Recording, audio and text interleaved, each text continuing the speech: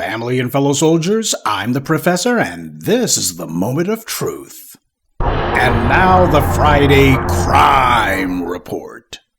This morning's briefing is going to be one part update, one part wake-up call. I'm sure that you recall the case of Ralph Yarl, a 16-year-old in Missouri, who was shot in the head and nearly killed by this 80-something-year-old bigot named Andrew Lester. And what was Ralph Yarl's crime that this old scumbag tried to kill him for?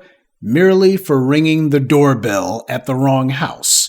This was not somebody who was looking for a reason to try to kill some child. He was just looking for an opportunity and he thought that he had found it. But he wasn't alone, of course. Of course, being the recipient of racial immunity from law, it took the authorities so long to get around to finally charging this guy. And when they did, they didn't charge him with attempted murder, which is what he should have gotten. Because as far as they were concerned, well, the kid didn't die, so who cares? It's not even a crime. Instead, they came up with first-degree assault and armed criminal action. That was it. This was treated as an assault charge, and not the attempted murder charge that it actually was.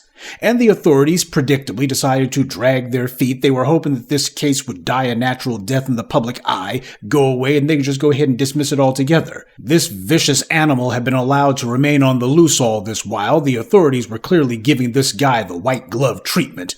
And it was only this month that they finally decided, well, something needed to be done. Let's go ahead and give this guy a sweetheart plea deal, which they did. And as a result, this guy was supposed to be sentenced on March 7th, but they were just setting this up to be probation, which was the idea. But of course, all of their legal maneuvering and deciding to dither around turned out to basically be for nothing, or maybe it was for everything, because this Andrew Lester criminal, he died just a couple of days ago, which of course is exactly what the authorities out there wanted. They wanted to make sure that there was going to be no punishment for this criminal, and this was a plan from the very beginning, not that he would die, but just that nothing would happen to him. There would be no punishment, which, if he had lived until sentencing, is exactly what would have happened. And of course, the authorities wanted to make sure that they made it clear to everybody exactly whose side they were on. They didn't have even one word of concern or condolence for Ralph Yarl and his family, considering the fact that this child was almost killed. Instead, they put out a statement saying, "We have learned of the passing of Andrew Lester and extend our sincere condolences to his family during this difficult time. While the legal proceedings have now concluded, we acknowledge that Mr. Lester did take responsibility for his actions by pleading guilty in this case. This is a criminal, a vicious, attempted murderer who attempted to take the life of a child. And here you got the DA's office putting out a statement that sounds and reads exactly like it would be written by a defense attorney, as opposed to a prosecutor. Here they are, giving their sincere condolences to the family of this attempted murderer, this decrepit old wrinkled racist scumbag, and saying while the proceedings have concluded, he did take responsibility for his actions. This is not about responsibility. It's about retribution. The goal was never to get this reprobate to say, I did it. Everybody knows that he did it. He couldn't deny that he did it. The goal was for him to be punished. At least the goal by the moral public was to see punishment exacted. But for the authorities out there, their goal was to make sure that justice didn't happen. This crime was carried out with their full approbation and support, and this is the proof of it.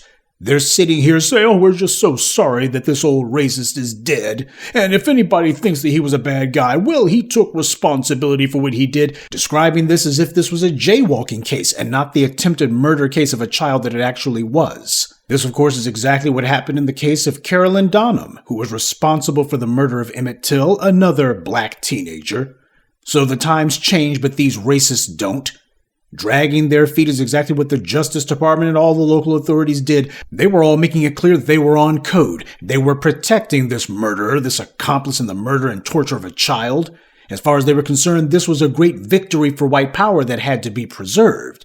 And they were also wanting to make it clear to everybody they stood in solidarity with the murderers. This was an expression of their solidarity for the killers and their contempt for black life. That's what it was meant to be, a racial statement. And it was Democrats who were in office when this heifer was allowed to slip into her grave instead of spending her golden years in a cage where it belonged. And the same thing happened in this case. Now, this incident happened in Clay County, and the DA there is a creep named Zachary Thompson.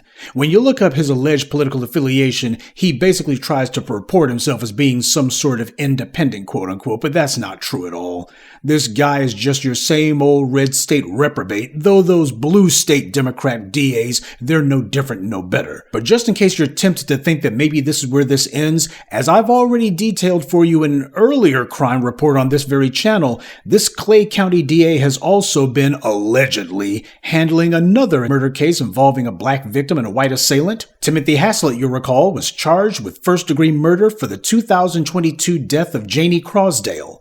That killing happened in 2022 before the attempted murder of Ralph Yarl. And yet that DA out there, that Zachary creep, even after 3 years, he still hasn't gotten around to putting Haslett on trial yet. And keep in mind, Haslett also has been implicated in the kidnapping of another woman. I don't think he killed that one, but there's a slew of crimes that this guy has been involved with over the years.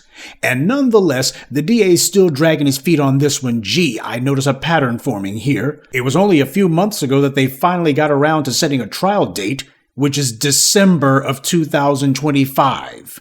We'll continue with the moment of truth in just a moment, but first, a word from the official sponsor of Black Empowerment, Power Tools. There's no telling when something's going to come up, so make sure you carry your power tools at all times. You never know when you're going to need to bring the hammer down, or when you'll have some trash that needs to be blown away, or some obstacle that requires cutting down. Don't get caught empty-handed. Keep your hammer close by. Keep that leaf blower at the ready, and always carry your steel. Power Tools. Because no matter what your day job or side hustle may be, there's no excuse for not being ready to put in some work. So in a case like this, we can clearly see that out there in Clay County, the wheels of justice don't turn slowly, they just don't turn at all. So whenever we see these incidents happening, this is the obvious, indisputable proof that these are not some grand series of coincidences. This is standard operating procedure, because this is how things go normally under white supremacy. You don't get justice, but you get the authorities doing everything that they can to make sure that the guilty go free and that the innocent wind up behind bars. This so-called prosecutor, as far as I'm concerned, he is as guilty and complicit in these crimes as the perpetrators. He creates the very environment in the legal system that makes it where these murderers know that they can operate with impunity. It is well known that this DA will drag his feet, offer them sweetheart plea deals, dismiss the charges, downgrade it, go ahead and do whatever he has to do to let them off with a slap on the wrist, and if all else fails, if they go ahead and get out of it, he'll then turn right around and congratulate them, and oh, you have my condolences, and let's not forget that this guy, he took responsibility, so he's a guy of character.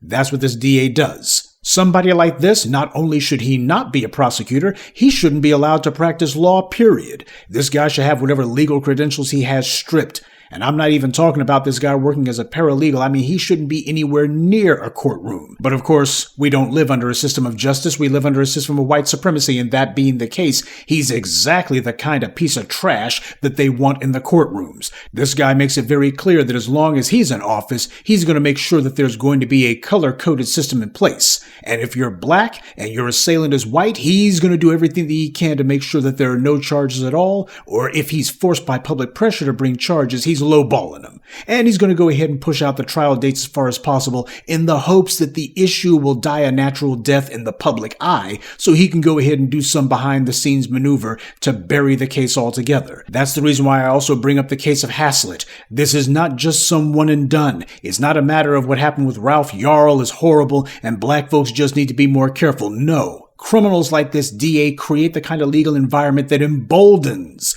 these kind of murders. Somebody who's a serial criminal, who no doubt has probably most likely killed other people as well, but those authorities out there, they're not exactly digging for dirt on. As far as they're concerned, what, you expect them to work? So that's what this morning's crime report is about. It is a harsh reminder, I hope, to all of you that under white supremacy, nothing happens in a vacuum.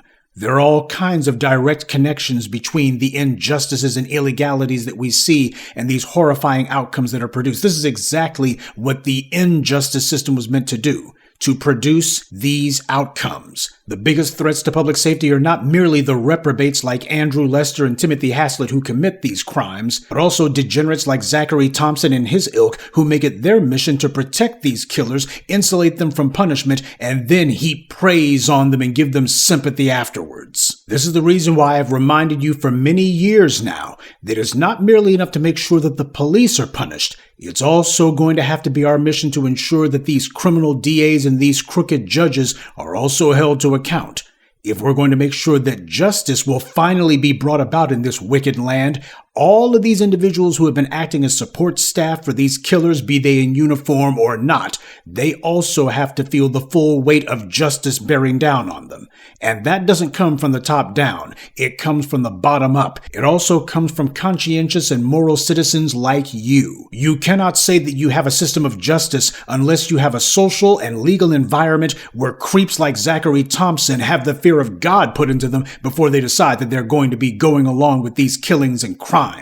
When they decide that they're going to be giving sweetheart plea deals, that they're going to be engineering probation charges, which is what he was really hoping to do with Andrew Lester, or deciding he's just going to play kick the can down the road for every one of these race killings that takes place. When these guys understand that that kind of maneuver carries real consequences, then we will have justice, but not before. As long as you have state bar disciplinary committees that never hold them to account, as long as you have the so-called authorities like the state attorney generals or the federal authorities who decide they're not going to do anything, you can't have justice. What you have is protection for the same old racial immunity from law. So make sure you keep in mind what these individuals are doing, and that there are other cases you've heard of that they're also trying to engineer unjust outcomes for. It's not enough merely to look over the shoulders of criminals in the courtroom like Zachary Thompson.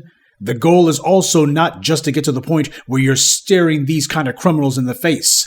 In the end, they must also be punished. Only then, when the so-called authorities understand they can be held accountable for misusing their offices and trying to be collaborators after the fact with the crimes, when that happens, only then can you say we finally have justice. And that's this week's Friday Crime Report. Keep your eyes open and stay on alert, because there's a lot worse criminals out there than the ones the white corporate media chooses to show you. Good day, and be one. I'd like to take a moment to mention some of our contributors.